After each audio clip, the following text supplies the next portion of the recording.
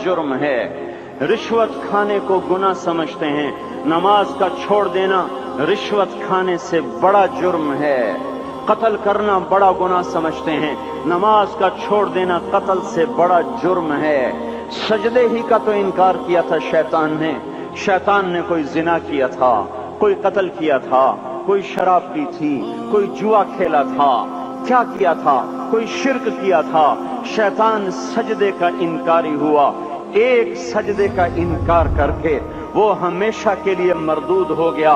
उस मुसलमान को होश नहीं है जो रोजाना दिन में 5 दफा 20 सजदों का इनकार किए बैठा हुआ है, और फिर आराम से रोटी खाता है, आराम से चाय पीता है, और आराम से कह लगाता है, और आराम से अखबार पढ़ता है, आराम से बीवी के पहलू में लेटता है। एक सजदे का इनकार होकर शैतान हमेशा के लिए मरदूद हुआ। जिसने फजर का इनकार किया सजदों का, फिर जोहर के सजदों का मजाक उड़ाया, फिर असर का मजाक उड़ाया, फिर मगरिब और इशा का मजाक उड़ाया। घर में नमाज पढ़ना भी चलो ना पढ़ने से तो बेहतर है, पर यह भी नमाज का मजाक ही है। और 8वें दिन सर पे टोपी रख के आया। 8 दिन जिसने इतने सजदों का इनकार किया, वो इस बात से नहीं डरता कि कहीं अल्लाह उसे मरदूद न कर दे।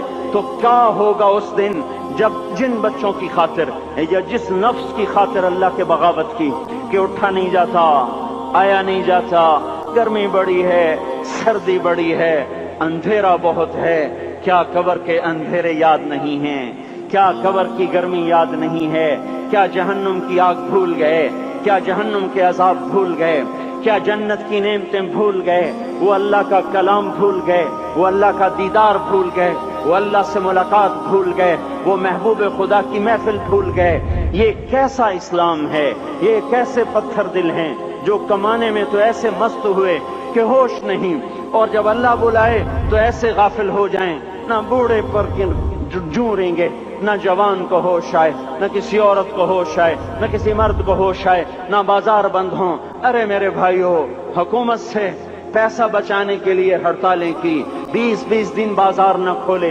नमाज के लिए अगर दुकानें बंद करते तो आज अल्लाह ताला आपको हर जालिम से बाहर निकाल देता। कोई जालिम ना आपके माल पे हाथ डालता, ना आपकी इज्जत व आबरू पे हाथ डालता। दिन दहाड़े डाके पड़े, क्यों पड़े? कि हम बागी हो गए, हमने अल्लाह से बगावत कर दी। क्या जुमे के दिन सिर्फ अल्लाह बुलाता है? ये जुमे में इतने क्यों आते हैं और बाकी दिनों में क्यों नहीं आते? ये कैसी वफा है? और ऐसा वफाओं वाला अल्लाह कि जमीन बोले अल्लाह इजाजत दे मैं गुलिस्तान कॉलोनी को निगल जाऊं, समंदर बोले मौला इजाजत दे हम चढ़ जाएं, फरिश्ते बोले अल्लाह इजाजत दे हम इन्हें हलाक कर दें, और जिसके सजदे का इनकार हुआ पड़ा, जिसका 8 बाजारों में जिसकी शरीयत का मजाक उड़ाया जा रहा, वो जिसको गैरत खुद जोश में आ रही कि ये मेरे बने हुए गंदे पानी के बने हुए नुत्फे से बने हुए, मेरी गिजा खाकर, मेरा रिस्क खाकर, मेरी हवाओं से जिंदा, मेरे पानियों से जिंदा, मेरी रोटी से जिंदा, मेरे दिए हुए गोश्त से जिंदा, मेरे दिए हुए निजाम से जिंदा, ये मेरे ही मुनकिर बन गए। 1500 रुपए का मुलाजिम आपको चाय की प्याली न दे तो आप कहते चल छुट्टी कर, हम कोई और रखेंगे। और जिसने इतना बड़ा वजूद बख्शा, आंखों में चराग जलाए, कानों में खून लगाए, दिमाग में बर्फ की रौं दौड़ाई, दिल को धड़काया, सारे बदन के तो खून पहुंचाने का निजाम चलाया, फेफड़ों की फैक्ट्रियां चलाई, रगों में खून पहुंचाया, हड्डियों को गिजा पहुंचाई, और आंखों को गिजा पहुंचाई, बालों को गिजा पहुंचाई, जबान को बोलने की ताकत दी, दांतों को काटने की ताकत दी, दो वहां नालियां लगाई, सांस की अलग कर दी और मैदे की अलग कर दी, और वहां पर्दा लगाया, जो गिजा मुंह में जाए तो मैदा खुल जाए और फेफड़े की तरफ जाने वाली नाली रुक जाए।